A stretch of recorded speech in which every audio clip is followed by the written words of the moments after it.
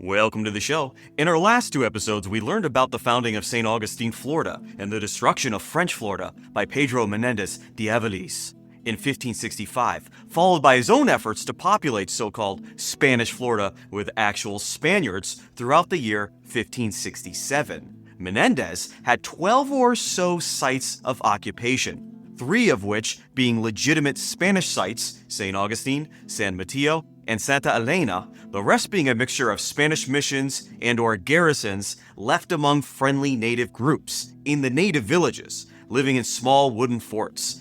These sites extended down the Florida Peninsula and up into what is now modern-day Tennessee. Menendez and his people accomplished all this within 2 years. But now moving into this episode, we will see the Spanish try to maintain control over this vast area, and in many settlements, simply try to survive, because Pedro Menéndez, the powerhouse behind all of this success, returned to Spain in 1567, and not one of his regional governors has any significant fraction of the gusto Menendez possesses. On that note, soon after the departure of Menendez, a mutiny broke out at St. Augustine, the first settlement made by Menendez and the oldest city of European origin in the continental United States today. Here, the regional governor, Menendez's own brother Bartolome, quickly put down the rebellion, tortures, and then executes the ringleaders. Then, shortly thereafter at Fort San Mateo, the second settlement made by Menendez, the Timucua chief Saturiwa, an old ally of the French, resumes his killing of stray Spaniards and livestock outside of the Spanish fort. The Spanish retaliate by burning over Saturiwa's cornfields, and just as they seem to have had a leg up on Saturiwa, a rival Timucua chief, Utina, an ally of the Spanish, asked for soldiers to aid him on his attack on a third Timucua chief named Patano. Stretched rather thin, Saturiwa is given a reprieve, and 85 Spanish soldiers are sent to fight alongside Utina, where Utina scored a small victory at the cost of 14 Spanish soldiers losing their lives. The story here is somewhat muddled in the sources, but it appears that Saturiwa then threw in with Patano at some point, and several more Spaniards were killed before they could make their way back to Fort San Mateo. The Spanish licking their wounds, to them this felt neither like a victory nor was it celebrated. The French were actually the people who built Fort San Mateo, and they named it Fort Caroline. They too had troubles with the Timucua, just as the Spanish did now. Every time they made an ally with one chief, they made an enemy of another, until the day, of course, when Menendez and his army came and slaughtered all the men of the fort, sparing the few Catholics among a mostly Huguenot settlement. Now, the Spaniards inherited the problem of negotiating native politics. And on the other end of Florida, politics turned to warfare in Kousa country, on the southwest side of the Florida Peninsula. Menendez, in our prior episodes, following up on a rumor of a Kousa chief who sacrifices shipwrecked Spaniards to the devil, met with a man by the name of Chief Carlos, likely the second Chief Carlos, whose predecessor took the name of the former Spanish king, to establish his authority over the marooned Spanish. And indeed, he sacrificed many of these poor Spaniards over the years. Menendez not only convinces Carlos to hand over the captives, but on his second visit, Carlos is so pleased with Menendez, he gives Menendez his sister to take as a wife in order to secure their new alliance. Menendez, already married, had no interest in the woman, and after sending her to Cuba and back for religious instruction, the woman promptly divorced him. Undaunted, Menendez planted a Catholic mission and a Spanish garrison on an island near the Kousa capital, and left the land of Carlos. Now, picking up on the tale in this episode, Carlos had indeed visited the mission and laughed at the Catholic Mass held by Father Rogel, a Jesuit.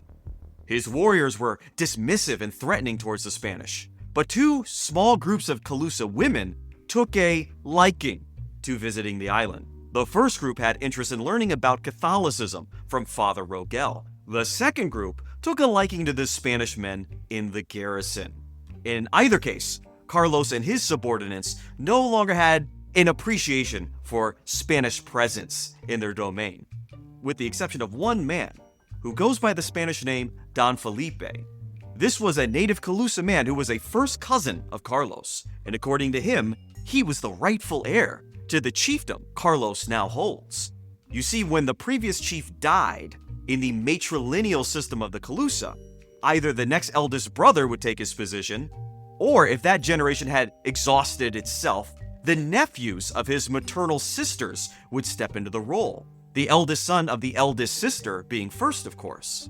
Don Felipe, at least according to himself, was this oldest son. But Carlos was just behind him in succession, and both of them were just boys at the time when the chief died. Carlos's father, likely also a relation to Don Felipe, volunteered to be what the Spanish deemed to be a viceroy, or regent over Don Felipe until he reached maturity in a position of stewardship over the kingdom. Carlos's father undermined Don Felipe's position and married his own son Carlos off to Don Felipe's bride-to-be, the daughter of the former chief. And before long, it was Carlos who assumed the chiefdom. Yes, if you crisscross those lines with me, you will realize how close all of these relations are to one another, including in marriage, such is often the custom of the ruling class all around the world up until the modern era. Don Felipe, now an adult, lived in the shadows of his cousin, quietly searching for allies to take what he believed to be his rightful chiefdom. Now, with Carlos, a supposed ally of the Spanish, cooling on their presence, Don Felipe would visit the mission and garrison and at least entertain some interest in Catholicism.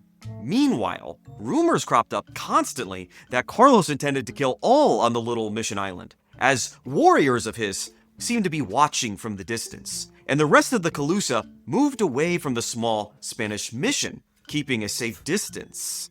In a setting ripe for suspicion, the Spanish assumed the worst. Captain Rienzo, leader of the garrison on the island, sends Father Rogel back to Cuba before the action starts. Then, Rienzo and Don Felipe led their forces straight to Chief Carlos and murdered him, and his entire inner circle. Don Felipe assumes the chiefdom, and in short time is recorded as having killed more than 15 lesser chiefs, whom he suspected as plotting against his recent coup. The Tocobaga to the north swallow up the far villages on the periphery of Carlos's previous domain, taking them as their own tributaries, and then they turn on their own Spanish guests, killing them all in light of their participation in the overthrow of their neighboring chiefdom. Pedro Menéndez's nephew, Pedro Menéndez Marquis, arrives in Kousa country to confirm the ascendancy of Chief Don Pedro and accept some form of submission to the King of Spain. The Kousa were now more ingrained in the Spanish system than before the takeover, but at the cost of losing their foothold among the Tocobaga, thus beginning the consolidation of Spanish Florida. We are now down one site of Spanish habitation, from the 12 or so sites established at the end of our last episode, down to 11. This will be a continuing trend. And while all this is happening, our fearless leader, the governor and adelantado of Spanish Florida, Pedro Menéndez de Avilés, is still in Spain. His efforts in settling Florida had earned him a number of honors. In addition to being adelantado of Florida, he is now governor of Cuba and captain general of the Western Fleet. His attention is now heavily divided and will remain so throughout this entire episode. Moving into early 1568, Menendez is still putting together his new fleet. He's also soliciting the Jesuits to send more missionaries to Florida. He also sends supplies to Florida on occasion, food always being his primary concern. Many commenters on past episodes have noticed how terrible many of the early Spanish, English, and French colonists were at acquiring or growing food. We tend to assume, myself included, that people long ago had a greater knowledge of fishing and hunting and farming than we do today. This podcast has taught me that the common soldier sourced off the streets of Madrid, London, or Paris would have no more knowledge on how to go about fishing than a kid off the streets of New York City today, let's say. But at least a kid today would have access to that information. Remember, at the time, a lot of people were illiterate and there was no YouTube. Menendez also makes his aforementioned nephew, Pedro Menéndez Marquis, his lieutenant governor for governing Cuba. So when he's not in Cuba, his nephew would essentially be the governor. Marquise now has his attention split also between Florida and Cuba. And frankly, Cuba, now long settled by the Spanish, is the far greater prize. This compounds a problem for Spanish Florida addressed in the last episode, in that Spanish Florida suffers from a genuine lack of talent, Pedro Menéndez being the only standout leader. Wherever he is, things went well, and as soon as he moved on, things would fall apart. He has no equal among his captains in Spanish Florida. His nephew would be the next best, and even he is now being spread thin. We'll see the effect of that as we go on. The enlisted soldiers of Spanish Florida, placed at disconnected posts from Miami to Tennessee, were also spread very thin, and many of them will be ending their enlistments in the quickly approaching summer of 1568. Menendez, still in Spain, has to try to replace these men with new recruitments. He has also successfully contracted 200 farming families from the general Toledo area for resettlement in Florida. To each family, he promised a large estate, resources to build a house. They would be given livestock, servants, and slaves. The issue of food security weighing heavily on his mind. Nearly every time a garrison rebels in past episodes, or even in this episode, a food shortage is usually the primary reason. Menendez has also learned that the natives were not always willing to trade for food. Initially, they would give food away as gifts, greeting visitors, but after a while, those gifts would of course diminish. The Spanish now knew this. So while Menendez is busy doing all of this, Captain Juan Pardo, sent by Menendez twice into the interior of North America, returned to Santa Elena, the third settlement set up by Menendez, the site of which is found in modern-day South Carolina. And in our last episode, we learned that Santa Elena was actually the capital of Spanish Florida at the time, being moved from St. Augustine. Pardo, on this second outing, had been forced back east by a coalition of the mound-building Kousa people and their allies. And within a year, all of his forts and little pockets of Spanish settlers that he left behind in a chain running from modern-day Tennessee back to the coast would be destroyed by the natives, unwilling to pay the tribute of maize Pardo demanded of them. When Pardo returned to the coast, not only did they burn the fortifications to the ground, they killed all of the Spanish inhabitants among them. And so the Spanish in this episode, having already lost its population at Tocobaga, it now lost its fortifications and people at Chayaha, Cavahi, Joara, Gutari, and Canos. We're now down to 6 Spanish populations from 12 just the year before. Juan Pardo's 2 expeditions were complete failures, a large waste of human life, and made the interior of the continent openly hostile to continued Spanish presence. Spanish Florida, from here on, despite the labels on the old maps, remains a coastal and peninsula-centered enterprise. And even those settlements were under attack. Moving back to the French-allied Temuca chief Saturiwa, in March of 1568, he led 400 warriors to attack the walls of San Mateo. The Temuca managed to breach the fort briefly before being beaten back. Saturiwa retreated. His losses not great, but after 3 years of Spanish occupation, his fire had been somewhat diminished. The Spanish had been spending the last couple years burning over Saturiwa's fields and turning other Temuca chiefs against him. Saturiwa's new allies were often just refugees trying to flee the Spanish, not powerful people like the Saloy tribe, who once lived at the site that was now St. Augustine. The prospects for Saturiwa and his people were dimming. And then, not even a month after retreating from the fort, Saturiwa, at the mouth of the St. John's River, spots a fleet of French ships. When the French come ashore, Saturiwa meets their leader, a man named Dominique de Gourgues, a French nobleman who raised a private force and had spent months sailing around the Atlantic world to obscure the true nature of his enterprise, the real goal of which involved Florida.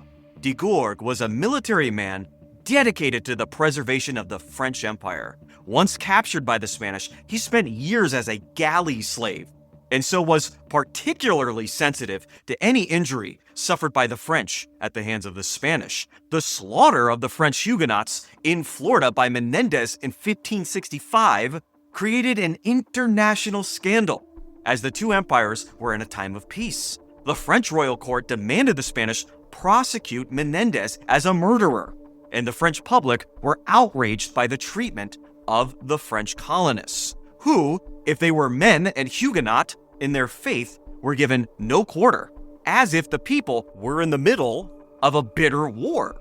The French widely supported the idea of a retaliatory attack, but the French crown did not see the need to cause a war over Florida, an area the French settled in a time of peace despite the pre-existing Spanish claim to the area. This is when de Gourgues took it upon himself to raise a private army, and without any state sponsorship or official orders, he arrived in Florida to be greeted by Saturiwa, overjoyed that the French had returned. The combined French-Temuca force come cascading over the walls of the already damaged Fort San Mateo and kill every single Spaniard in the fort except for a few that they saved for a formal execution, hanging them by the very same trees that Menendez hung some of the French 3 years before. Menendez at the time hung a sign under the dead French that said, "I do this not unto Frenchmen, but to Lutherans." The statement meaning that his slaughter was part of an ongoing holy war between Catholics and Protestants, and not an ethnic struggle between the French and the Spanish.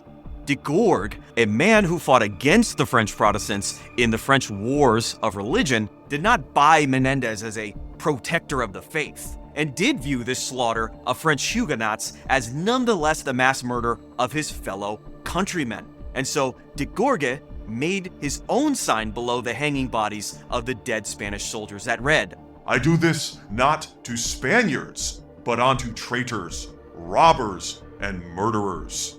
De Gourgues, simply out for revenge, then took again to the seas, having accomplished exactly what he intended to do, and on his return voyage, he captured a number of Spanish ships along the way, and without discussion, tossed the Spanish crew overboard to their certain deaths.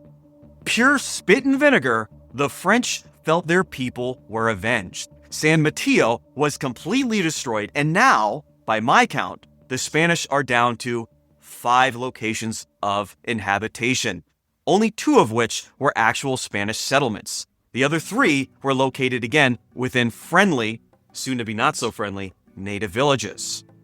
Spanish Florida needed Pedro Menéndez more than ever, and yet it wouldn't be until the end of the summer of 1568 that Menendez, outbound from Spain, would arrive in Cuba. Here, he found a very distraught Father Rogel, upset that his conversion efforts in Kousa country were ruined by Captain Ranzo and Don Pedro. In a letter to his superiors, he expressed the view that moving forward, missions should be established without garrisons, as soldiers only brought vice and violence. This view will echo through the next century and throughout this season of the podcast, as priest after priest develops the same opinion. That is, until they need a fort to run to when the natives get tired of their preaching or demanding work from them to keep up their missions or provide them with maize. During that same summer, another group of Jesuits arrived at St. Augustine, led by Father Segura, who will become very important to our story. He wrote that the settlement, again governed by Menendez's brother, was in dire straits, low on food, and was seemingly unable to maintain any sense of order. With all of the losses and turmoil, you would think that Pedro Menéndez would have rushed to Florida at this point and been a hands-on governor that we've seen him be before so successfully. But the records become quite scant during this time, and it seems that Menendez mostly governs Florida via edict from Cuba, again where he also served as governor. Menendez's lieutenant in Florida, Esteban de las Alas, in early January of 1569, leads 150 soldiers out of Santa Elena southward to avenge the murder of the soldiers at the former site of San Mateo. They attacked the village of Tacaraturu, a Temuca tribe allied with Saturiwa in what is now modern-day Cumberland Island in the state of Georgia. The Tacaraturu participated in the attack on Fort San Mateo. The Spanish, in turn, forced their submission and then occupy a nearby site, building Fort San Pedro as a replacement for Fort San Mateo, a fortification that's actually very hard to research. The exact chronology here is very debatable. But if you're keeping score, we can notch our cards back up to 6 places of Spanish habitation. And from here on, with the French sailing back to Europe and not returning, the Spanish subduing Saturiwa's allies, and making friends with his powerful enemies, Saturiwa's resolve had finally weakened considerably. In coming years, he disappears from the records completely, and his people will eventually become tributaries to the Spanish and accept missionaries. A bright spot for the Spanish in this episode.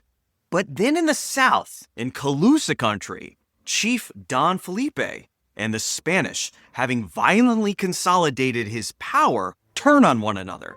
As Don Felipe, following tradition, sought to take his own sister as one of his wives.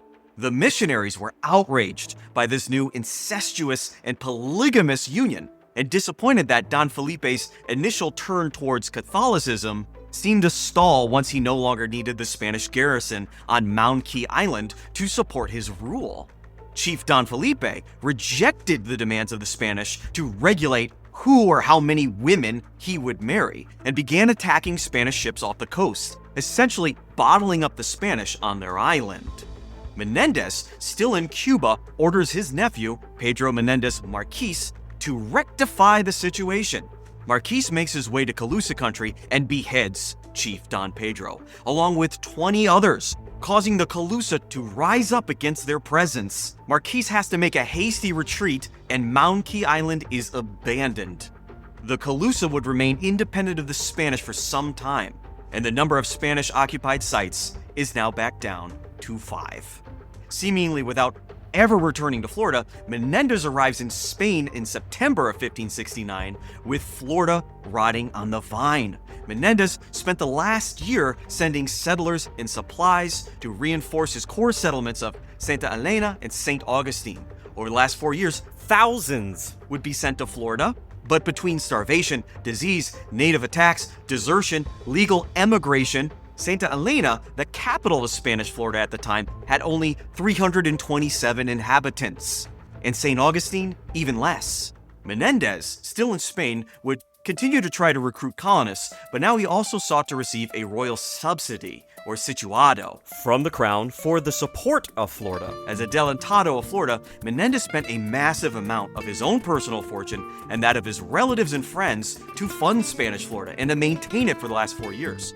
Theoretically, this would all be spent in return for percentages on colonial exports and fees for the licensing of businesses in Florida. These revenue streams were still a long time coming, and Menendez, financially, had little left to spend.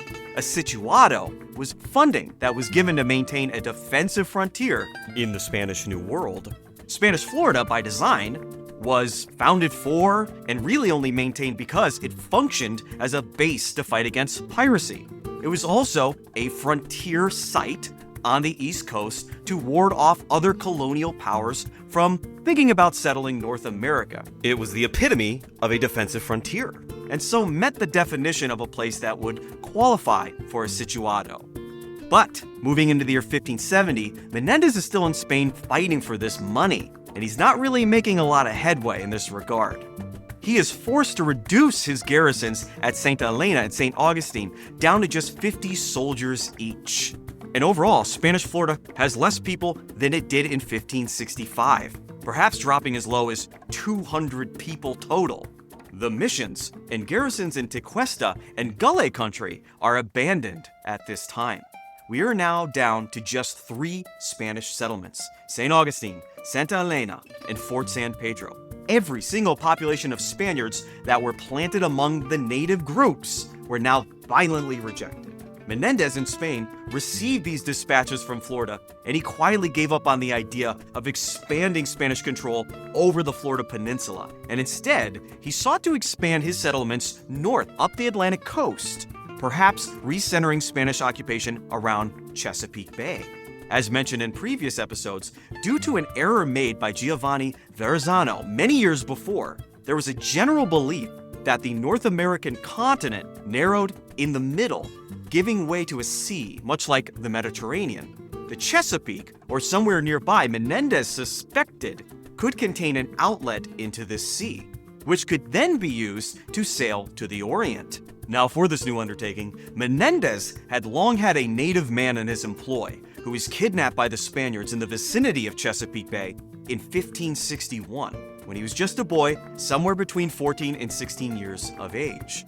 During this period in history, boys and young men were often kidnapped by the Spanish to be returned later as interpreters. A cruel practice during a cruel time. This boy was named Paquiquineo, and he came from the general vicinity of a collective of native tribes that will one day be referred to as the Powhatan, which you may know as Pocahontas's people and their relatives from the Tidewater of Virginia.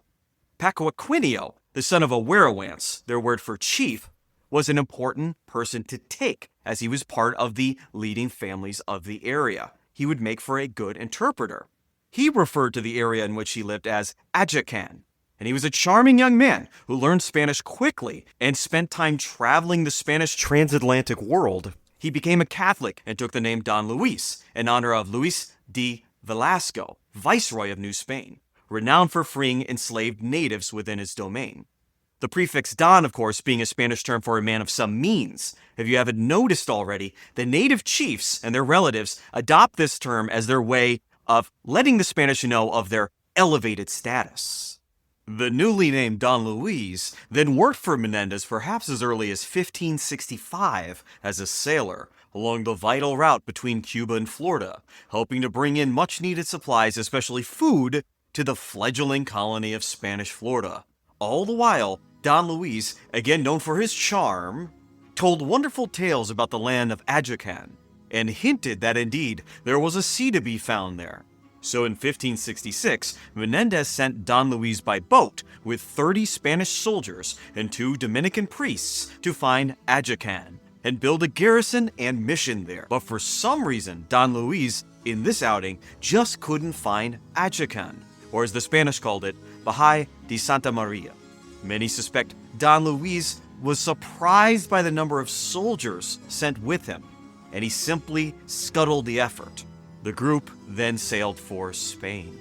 But now here in 1570, the Jesuits again are drumming up interest in Ajacan. The Jesuits in Florida were chased out of all of the locales, as we learned before, and they came of the opinion that Florida natives on the peninsula were simply too difficult to convert. Also, the natives around Santa Elena, St. Augustine, and Fort San Pedro were somewhat willing to hear Catholic instruction for a good portion of the year, but as the Jesuits complained, many of these groups moved around seasonally, in the very least during the hunting season, and the Jesuits felt that they could not make enough progress with conversions when the people interacting with them seemed to be a revolving door. Don Luis, on the other hand, made for a model convert, and if his people were anything like him, perhaps their efforts would be better spent north in Ajacan. The Jesuit authorities, and specifically Father Francisco Borgia in Spain, were also intrigued by the idea of a mission at Ajacan because of their ongoing efforts to plant missionaries in China. If Ajacan was truly a westward passage to the Orient, it would be the Jesuit order who would spearhead the conversion of China to Catholicism. Menendez, for his part, quietly had some doubts concerning the existence of a westward passage through a middle sea. In 1566, he read the reports of Father Andres de Ordeneta, who explored the west coast. His report did not mention any favorable signs of such a sea. Also, Juan Pardo's reports from the interior on the east coast mentioned tall mountains, known as the Appalachian Mountains today, and no signs whatsoever of the Orient or a sea. But Menendez also saw the Chesapeake as perhaps the last defensible outpost of Spanish Florida. Everywhere further north on the North American continent seemed unreasonably cold for a Spaniard and already teeming with fishermen from a number of different European countries. It was Father Segura, wasting away in St. Augustine, who wrote Father Borgia in Spain and finally pushed Menendez to approve a mission in Ajacan. Menendez, still struggling to secure the situado, generously offered to pay for 100 soldiers to join the Jesuits. Such an offer demonstrates Menendez's idea of recentering Spanish Florida a little further north and away from the peninsula. Because again, 100 soldiers in 1570 equaled the number of soldiers combined in St. Augustine and Santa Elena. However, Father Segura rejected the inclusion of any soldiers whatsoever, As previously mentioned, the Jesuits of Florida were now of the opinion that soldiers had ruined their conversion attempts with their lecherous ways, stealing, and extraction of a corn tribute. Segura would begin his mission without a garrison. Menendez considered this move a fast track to martyrdom. But with Father Borgia's support, yes, he's from that extremely influential noble house of Borgia that you've probably heard of before. I hope I'm saying it right. I don't want them coming after me.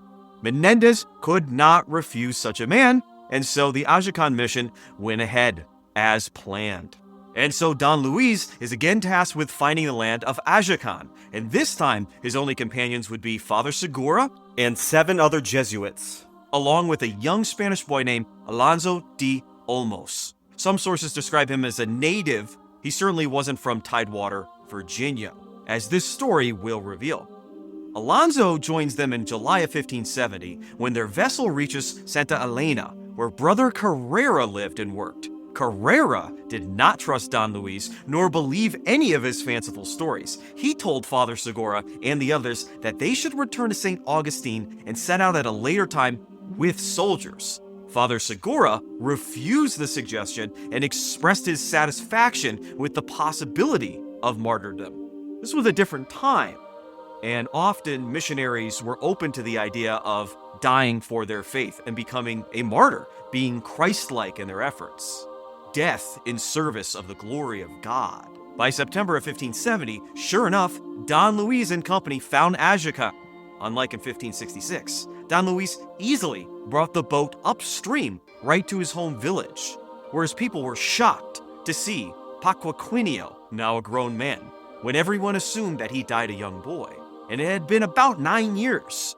This group was greeted by 2 of Paquiquineo's own brothers. He learned that his father, or perhaps an uncle who was a werowance, had passed away, and that his older brother then became werowance afterwards, but then he too had died. And now his younger brother, passing over him, was werowance.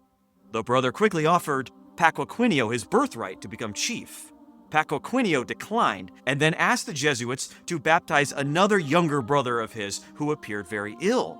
The natives here confirmed to the Jesuit fathers that indeed there was a sea to the west, only 3 or 4 days' travel away. With new converts and great news of a way to the Orient, the Jesuits were very excited, and they allowed Paquiquineo to lead them several miles inland, away from the major waterways except for a small creek, the exact location of which is unknown to us today. Here he had the Spanish build their mission of Santa Maria de Ajacan.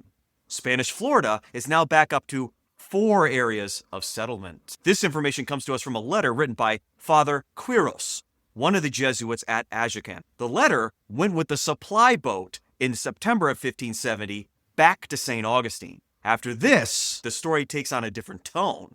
A few days into building their small mission, Paquiquineo asked the Jesuits permission to visit his uncle's village so that he could convince the people there to visit the new mission.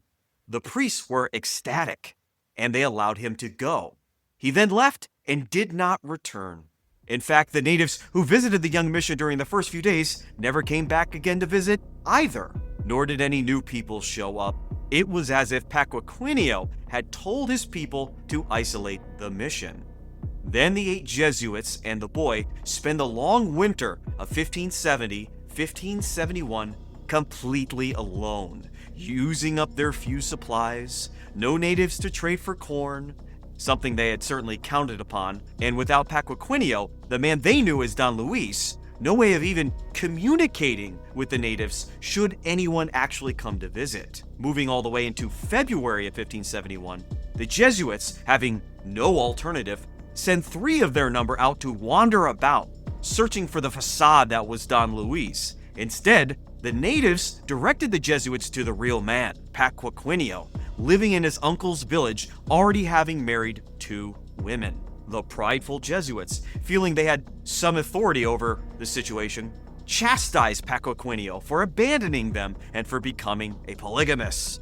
Paquiquineo, donning the personality of Don Luis one more time, tells the men to return to the mission and he will visit shortly. Sure enough, on their return trip, Paquiquineo emerged from the woods with a war party and killed the 3 Jesuits.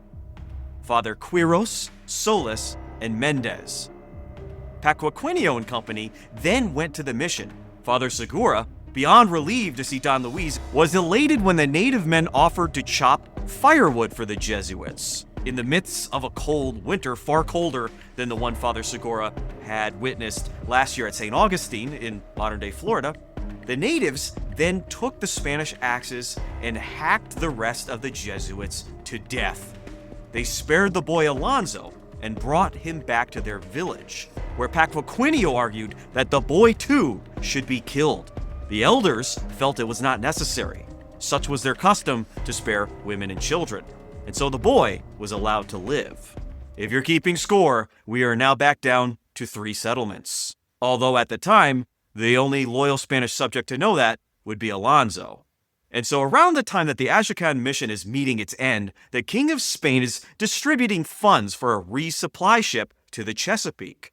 During the spring of 1571, this resupply ship reaches the point of last contact with the Jesuits, and from a distance, they sight the iconic Jesuit black robes, waving them ashore.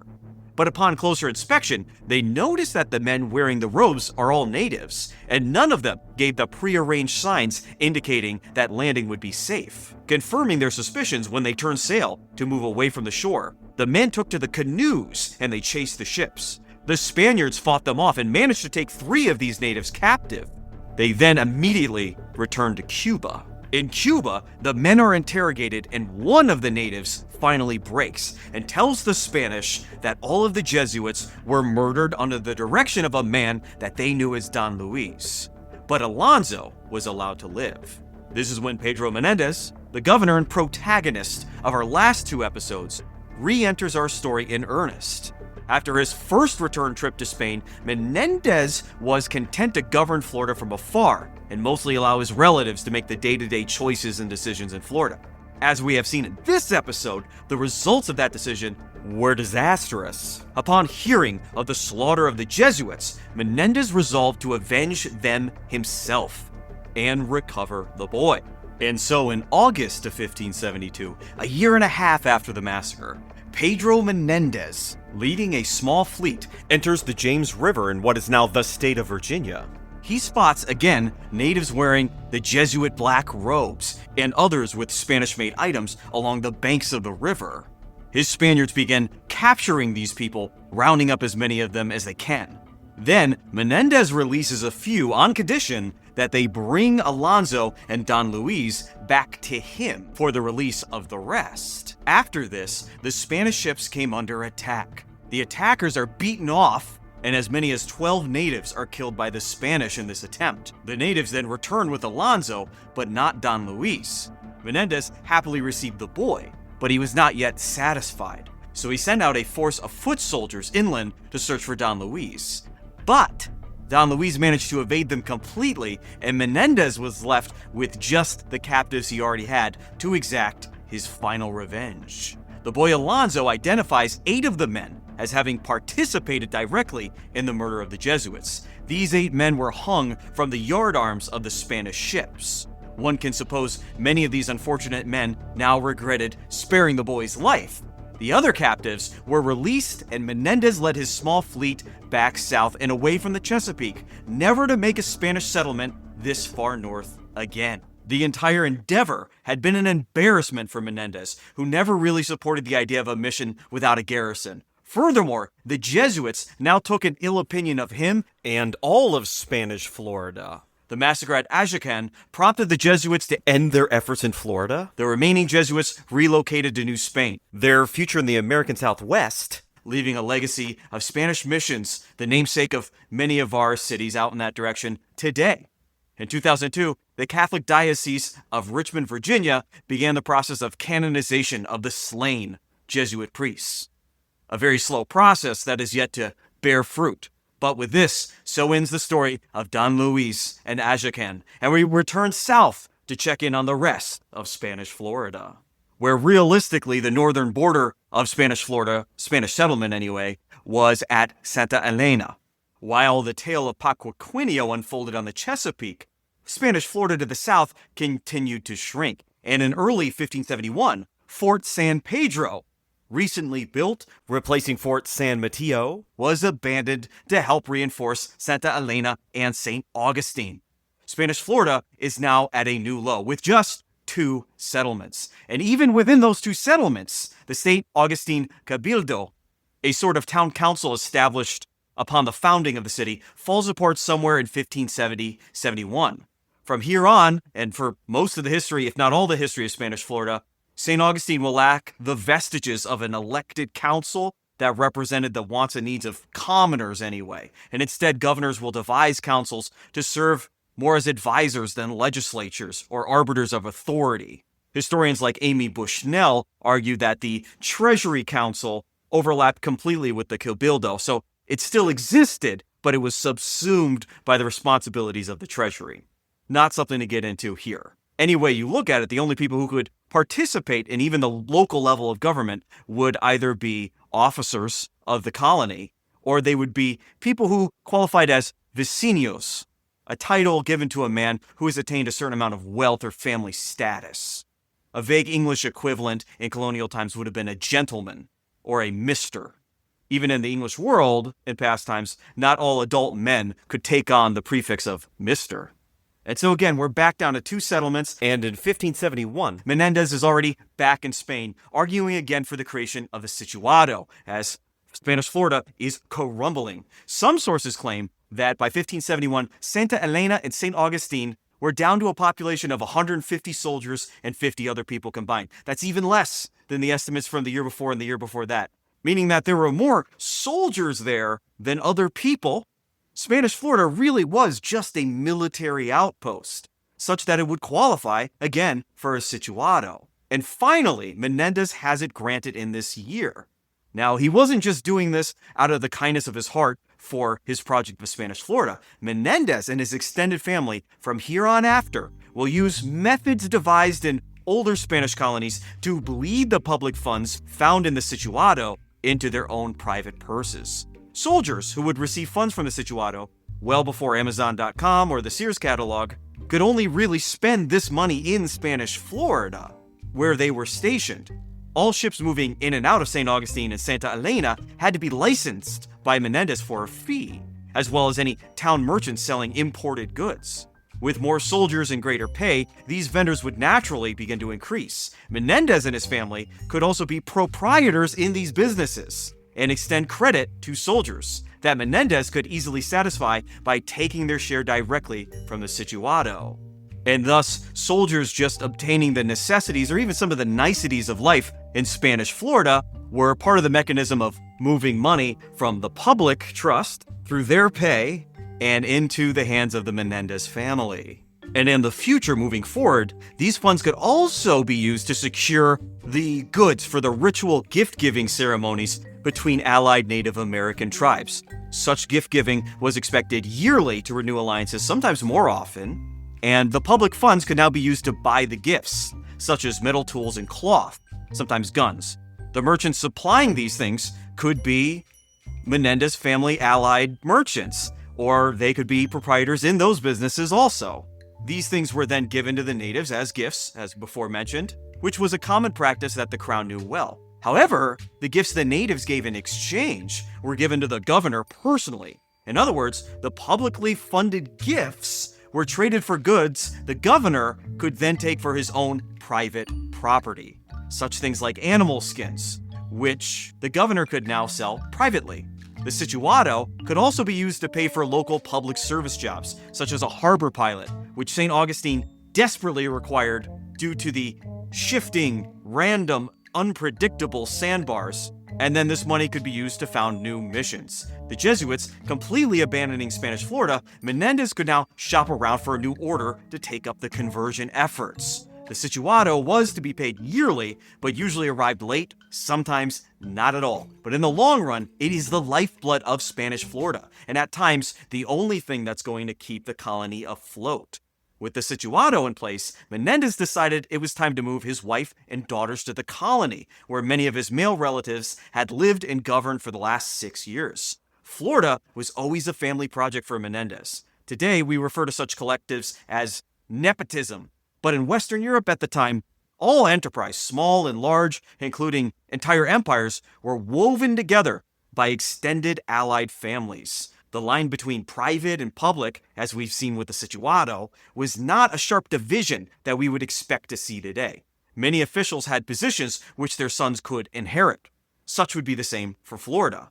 Menendez and his wife arrive in grand fashion, bringing every conceivable household item that they could think of or need in Florida. Rugs, fine china, jewelry, all from Spain. Knowing an easy replacement for any of these finer things would be very hard to come by in Florida. Now, Menendez had 2 daughters, and they require a little more explaining. His daughter Maria arrived with her husband Diego de Velasco.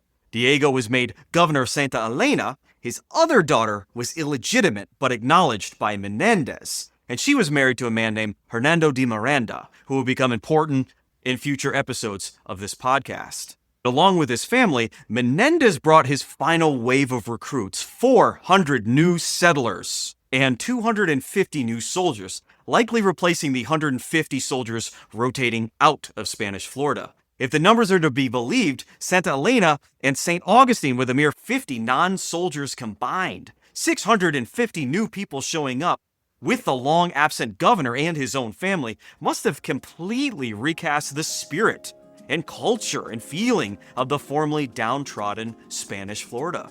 Although many of these colonists would find their way out of Florida within the year, the sudden turnover, a new focus on concentrated coastal settlements, a new yearly subsidy, and the arrival of the Menendez family, this is, to use a modern term, a soft reboot for Spanish Florida, putting the much diminished colony on a nonetheless surer footing than the sprawling vision we've seen at the beginning of this episode and in past episodes, which would never have been sustainable anyway. And indeed, in this period, the Spanish in Florida finally began finding crops that grew well here. It sounds like a strange thing to say today because Florida is so well known for its agriculture, but if you think about the things that grow well in Florida, many of those crops that we see in the grocery stores are not native to Florida. Someone had to bring them there. In St. Augustine, especially during this period and afterwards, they started to transplant fruit trees from elsewhere. And so St. Augustine suddenly became an edible forest. And even a bit safer than before, St. Augustine, which was removed to Anastasia Island, was once again moved back to the mainland, where the Spanish would be able to grow their own fields of maize, no longer relying on the natives for trade, and the city itself could fill in and grow. And it is during this time that the Franciscan order, filling the void left by the Jesuits, decide to throw in their lot making missions in Florida. And while the Jesuits will be known for their work in the Southwest and up on the St. Lawrence, it'll be the Franciscan missions that will leave their mark on Spanish Florida. And indeed, as much as 1565 was the genuine foundation of Spanish Florida, it is here in the 1570s that we see Spanish Florida take on a form that will last for more than 2 centuries. A quaint colony subsidized by the military presence. In the United States today, we have many small towns with a similar reliance on their local base or even university. But don't be fooled into thinking that everything had suddenly become picturesque. In December of 1572, Menendez takes 3 of his ships out of St. Augustine bound for Havana. One ship makes it, the other 2 crash along the coast of Florida, where the Ayas people lived. The men on Menendez's boat then had to fight their way back to St. Augustine. Everyone on the 3rd boat were slaughtered. Now, 7 years into settling Florida, Menendez very clearly had failed to ally or even pacify even the very close native neighbors to St. Augustine, his very first settlement.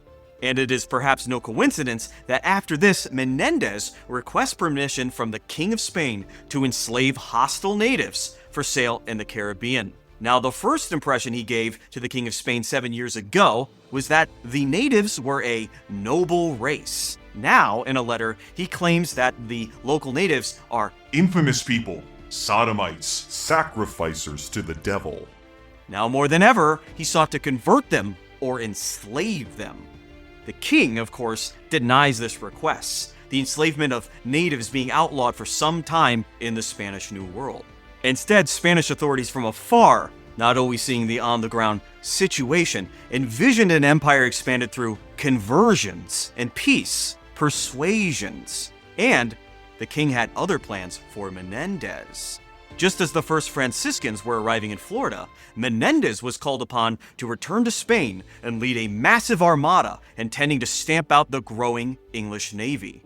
A monumental undertaking, Menendez wore himself down with preparations, becoming quite ill. He wrote his family in Florida that there was nothing he desired more than to be in Florida saving souls. Then, in September of 1574, at 55 years old, he died, having never completed his armada.